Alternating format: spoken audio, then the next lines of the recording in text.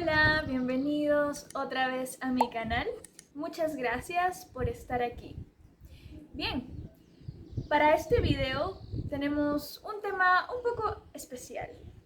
Vamos a aprender a usar por y para. Esto es algo muy difícil para muchos estudiantes de español porque en inglés no hay una traducción específica.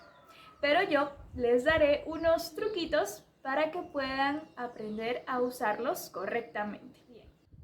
Podemos encontrar hasta 20 usos de por y para, pero nosotros los vamos a resumir en 3 categorías: tiempo, lugar y a la tercera categoría le vamos a decir concepto intangible, es decir, algo que no se puede tocar ni ver. Listo, ahora sí vamos a la acción. Por versus para.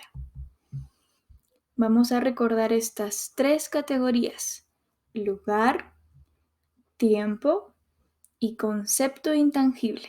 Estas categorías nos van a ser muy útiles a la hora de escoger si usamos por o para.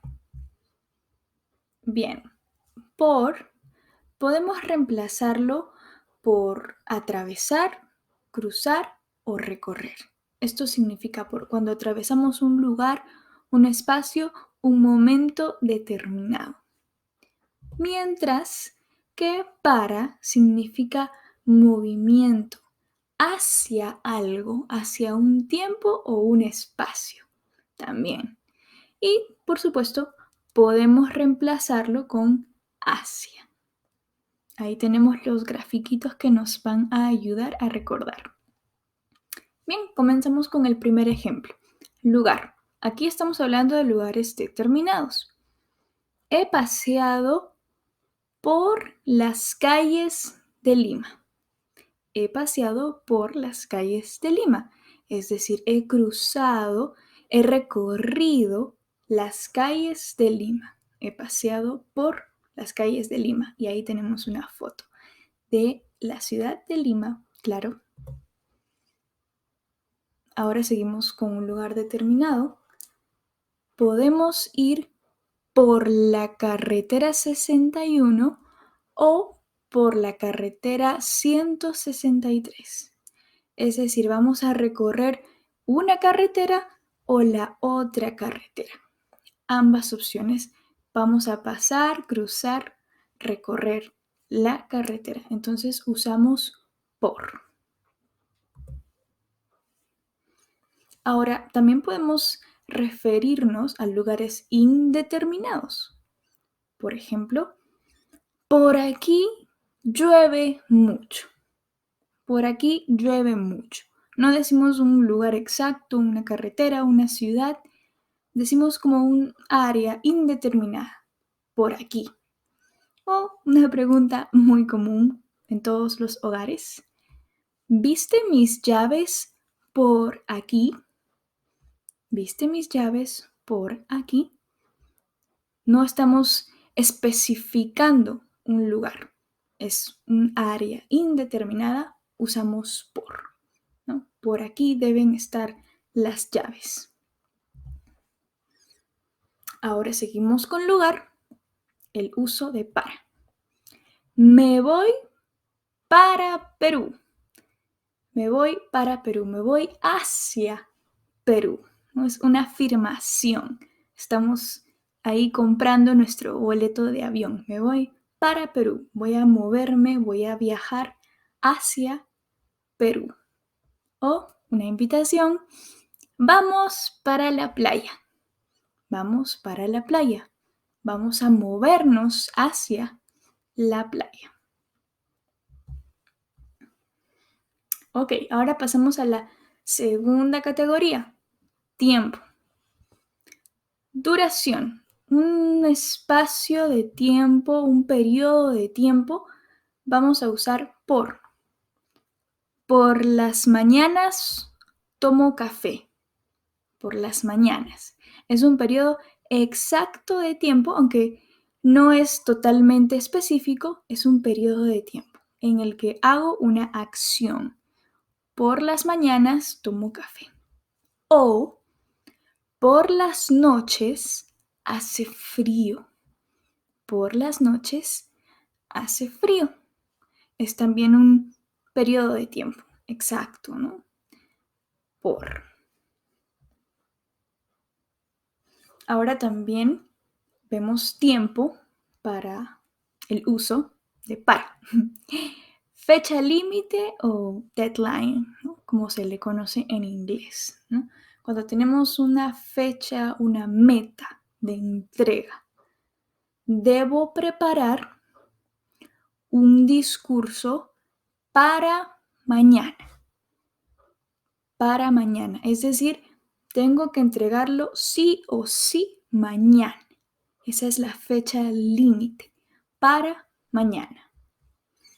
El vestido estará listo para este fin de semana.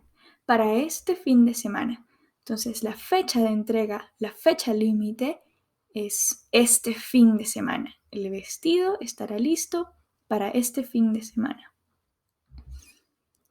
O pediré pizza para la cena hoy. ¿Cuándo es la fecha límite o la fecha de entrega? La cena. La hora de la cena hoy. Pediré pizza para la cena hoy. Perfecto. Ahora pasamos a concepto intangible y veremos el uso de por en esta categoría. Para entender este primer uso con la categoría del concepto intangible, vamos a preguntarnos por qué. La causa, el motivo o la razón. Why, ¿por qué? Quiero viajar a Perú por su comida. Quiero viajar a Perú por su comida. ¿Por qué quieres viajar a Perú? Por su comida. Utilizamos por para dar un motivo o una razón. Viajo mucho por mi trabajo. ¿Por qué viajas mucho? ¿Cuál es la razón? ¿Cuál es el motivo? Por mi trabajo. Probablemente reuniones de negocio o los famosos viajes de negocio. Ahora, concepto intangible con el uso de para. Aquí nos referimos a un destinatario. ¿Para quién? For who. Este regalo es para ti. ¿Para quién es este regalo? Para ti. Un destinatario. Ahora también utilizamos para cuando queremos expresar un propósito. For what? ¿Para qué? Necesito silencio para estudiar. ¿Para qué necesitas silencio? Para estudiar. Y otro ejemplo. Para llegar a tiempo, debo tomar el autobús a las 8. Para llegar a tiempo, debo tomar el autobús a las 8. ¿Para qué quieres tomar el autobús a las 8? Para llegar a tiempo. Esa es la causa.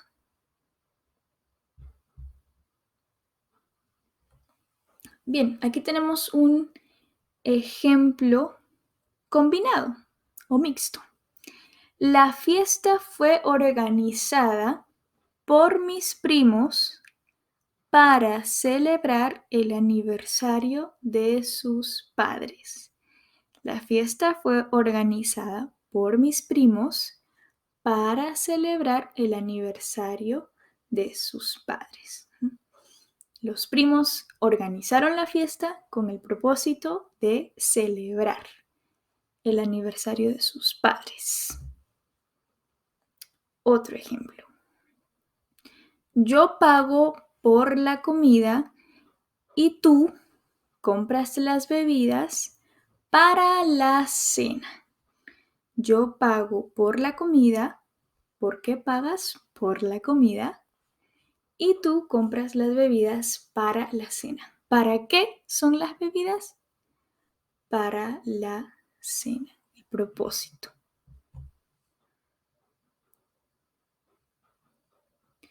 Debes ir por la avenida Larco para llegar al hotel.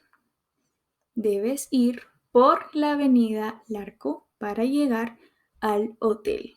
Es decir, debes cruzar, recorrer la avenida Larco con el propósito para llegar al hotel.